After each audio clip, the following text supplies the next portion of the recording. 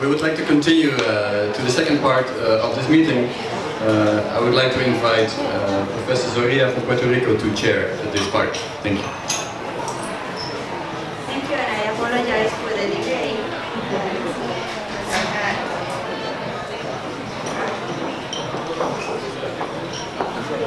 Okay, our first presenter on this section is it's difficult for me to pronounce her name, Dr. Rodriguez, and her information. During her medical training, she did 1 year internship in Curacao and returned to the Caribbean to start her PhD research on HIV. She developed and run over 8 projects in collaboration with the Red Cross Broadband Foundation and the HIV Monitoring Foundation. She implemented different interventions as well and was a regional Caribbean representative of this foundation and trained over 50 colleagues. Since 2012, she's living with her family in Amsterdam, and she's also completed her PhD and she's training in infectious diseases. So we want to welcome her. She's going to talk about continuum of HIV care in the Dutch Caribbean. Thank you, Professor Zoria. It's been a real honor for being here, and I want to thank you all for coming. Your enthusiasm and your presence is putting the Caribbean on the agenda of AIDS 2018, and I think that's wonderful, especially because we are a different region. And last few days I was talking to many people from Latin America and the Caribbean, and they always telling what I'm feeling in my heart as well, that the Caribbean and Latin America are called in one, and especially the smaller Caribbean islands are not well mentioned or not mentioned at all in that moment. So for me it's wonderful to be here together and to share knowledge, experience, and hopefully some collaboration. If it's only small for one patient, I'm happy already. I'm a clinician now, and most of the day I'm busy with an HIV clinic in Amsterdam. It's completely different work from the Caribbean. I stayed for more than 4 years in the Caribbean, and always thinking what is a way to, in a sustainable way, to help develop the region, and how can we improve the data. And in this presentation I will give you a small view over what we have done since that moment.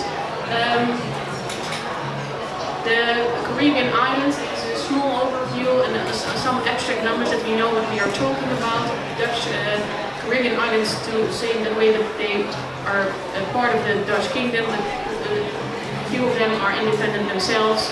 And what you see here on this slide is the size of the country, the number of inhabitants, people on ART, and what you can see is that most of them are using integrase inhibitors as first line antiretroviral therapy, and the naive patients are starting with a fixed dose regimen in the Dutch Caribbean. The star is what I try to put in the presentation is the star is the best practice for that country, and I think which we should mention is that SEBA has already achieved the 1990 treatment goals already, and of course it's a small island, but well, there's one. And Bonaire has educated at this moment all its GPs in the testing, and they initiated already an annual testing project in which they test the whole island. We're waiting for the data, and St. Martin demonstrates us that stigmatization can be overcome when HIV care is integrated in primary healthcare settings. Gerard van Os is providing his ART in a GP setting, and what his experience is that people with HIV are feeling more welcome in that kind of service and in a local hospital. And I think unique for the Caribbean region in total is, I think, the monitoring system we implemented in Curacao, in which I will talk a little bit later. I was on the phone with my colleagues in the Caribbean, and I visited the island a year ago, and there are still many challenges, and I don't want to put that much energy in the challenges because this is really a session for best practices. But I think you will recognize a few of them, and the challenges have everything to do with the small size of its country. A small country with a huge burden of stigmatization and discrimination due to the relatively high cost for ARTs. It puts a burden on healthcare costs as well as a stock. Providing a stock for 300 people with a dynamic population is difficult for some pharmacies. Also, different laws and regulation and policies on the Dutch island themselves is also something we need to overcome in the next few years. And one thing, and I think you will all recognize, is we have in the Caribbean a highly migrating population. They're very mobile. They work in one island, live on the other, visiting family and friends, and staying for 1 or 2 or 3 months on one island. And if you get only for 1 month ART, you can imagine that, and for instance in Jamaica or Haiti, where they don't have integrase inhibitors, it can be very problematic. And not always the people realize themselves that they are vulnerable in that kind of way. Although they are not always vulnerable because they are having a good work and life in Curacao. Where I want to talk about it now is the monitoring system. I already mentioned it, and when I was going to the island, I met Joop Lange, and his energy and his talent, all of us, I think, were, how can I say,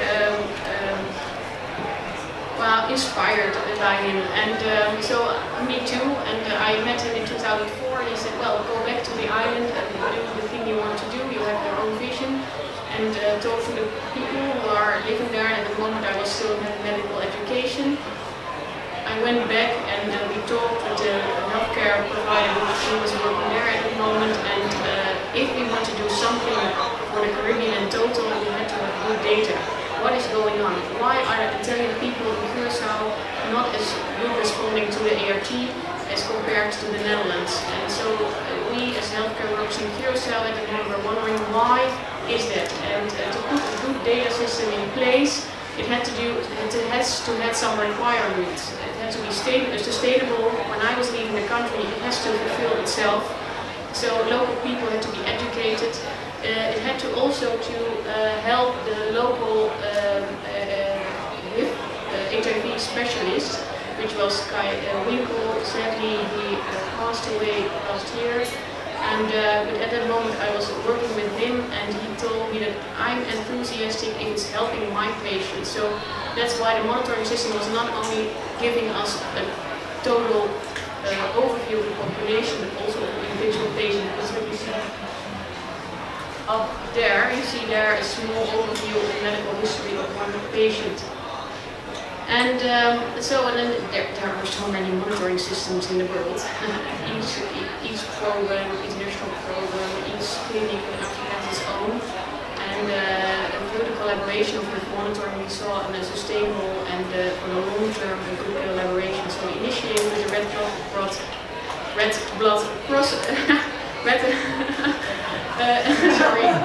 Foundation of Red Cross Blood Bank. We initiated a collaboration with monitoring, and from that moment all the data were put in place.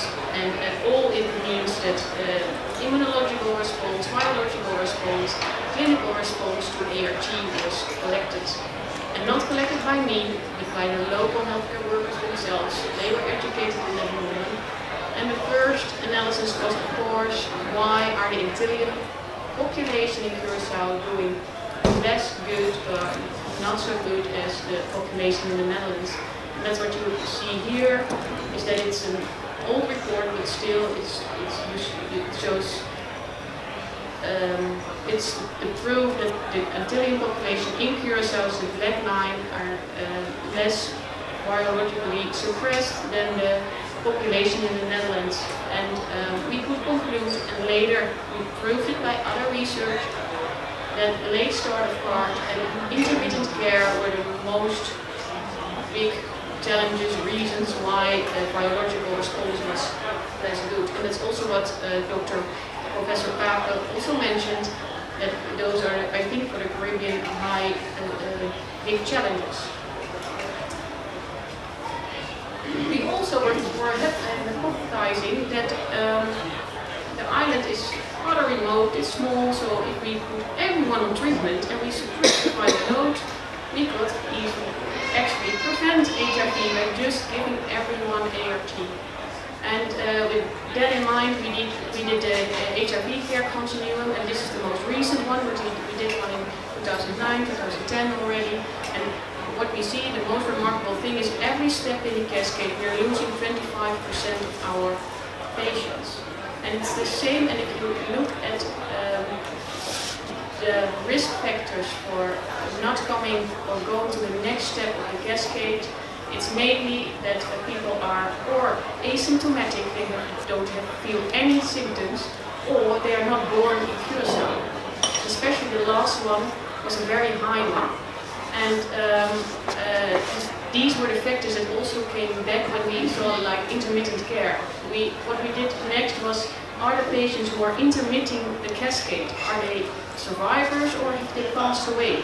And with the national death registry, we saw that people were actually very much alive, but they simply don't want to come in this specialized centered care.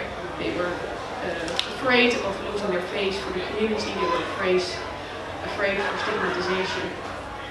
And is the HIV care continuum a success? I think for Curaçao, not yet. We are not yet there. This has everything to do with also the dynamics of the island, and also about the delivery service we are giving by providing ART in a centralized clinic.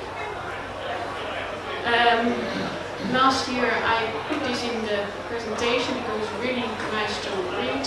Our colleagues of Utrecht, together with Arula, collected all the resistancies of the newly diagnosed HIV-affected persons, and what you see here is that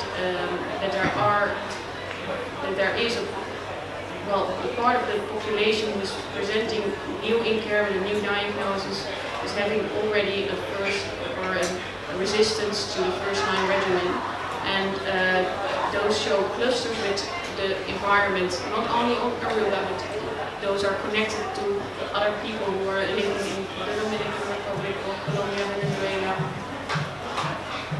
And now we had this monitoring system in place. We wanted, of course, to do it better, to do it a different way.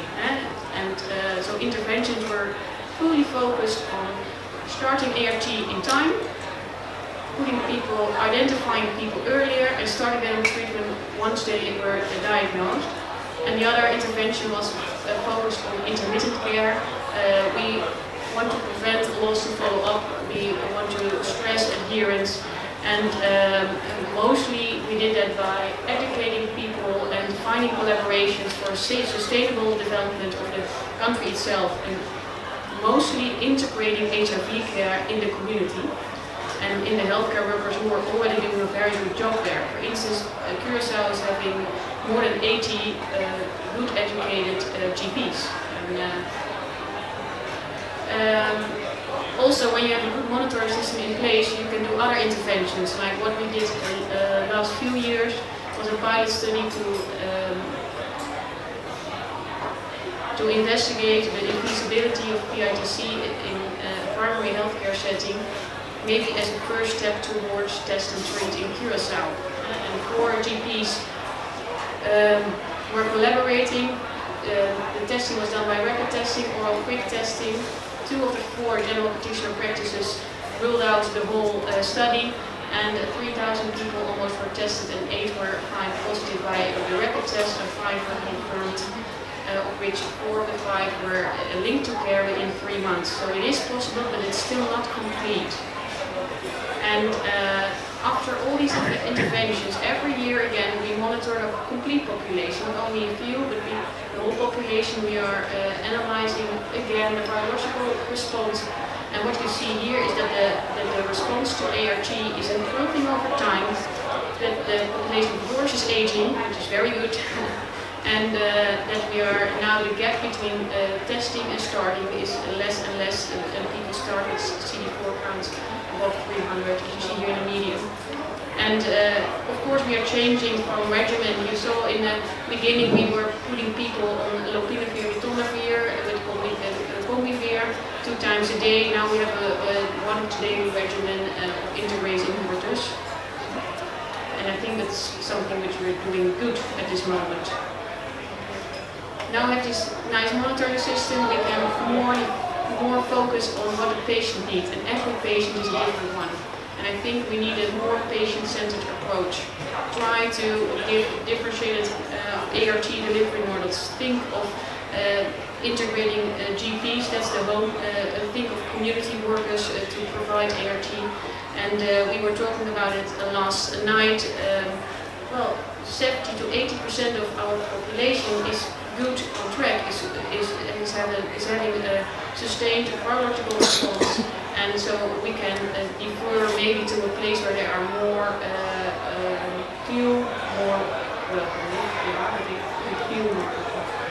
and maybe a few only have to go to the hospital. And of course, in the brighter future, I want a monitoring system also for the patient themselves.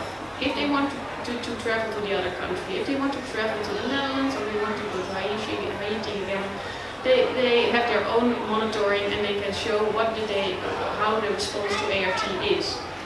And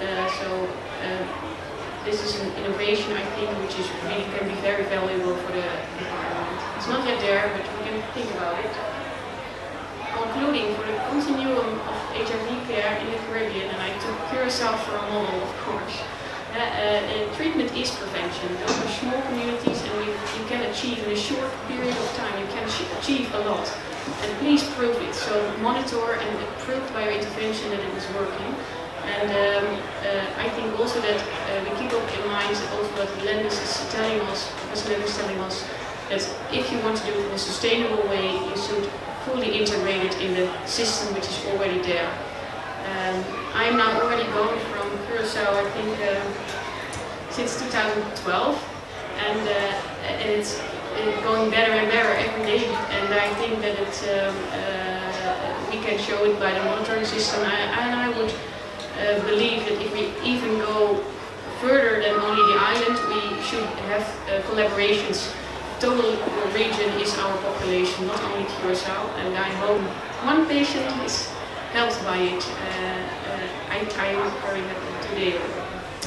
So thank you very much.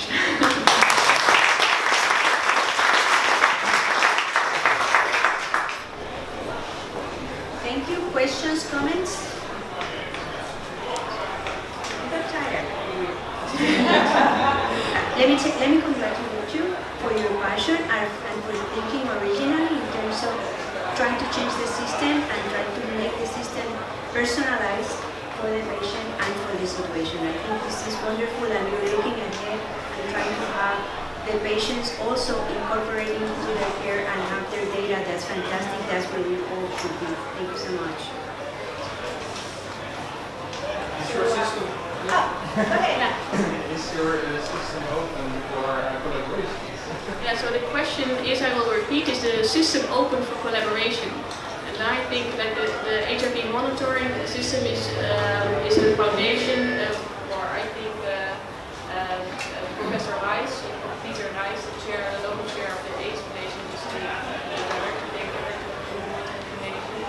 And I think he is very enthusiastic about giving people the support of the monitoring foundations, other countries as well. But it needs to be a collaboration initiated by the country itself, not only by HIV monitoring. So if Suriname, for instance, or Aruba wants to have this system in place, they should also offer the full collaboration. I think this is very interesting. We have Dr. Fat and Uleva and then Brad. Congratulations, Monica, very good talk and very inspiring. I would like to add that the app that you are suggesting is made by us now. Healthy Foundation is now making an app for pregnant women and their newborns Is all their medical data in it? And I think the next one would be for adolescents, but we can also say for the Caribbean.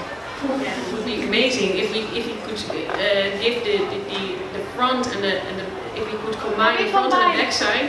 Yeah, we do it for Africa because the system is not digitalized yet. Maybe there's a Everybody is collaboration writing between NLP Foundation and monitoring. Dr. Kat. Excellent presentation, very interesting. I think that one of the key issues for collaboration would be the type of regimen that patients are taking in different countries. Indeed, And yes, wonderful. perhaps how could help us harmonize. Should we all start DTG? Because we'll be moving to Solution. radiography very Yes. soon. Yay! I think it's an applause. Yeah.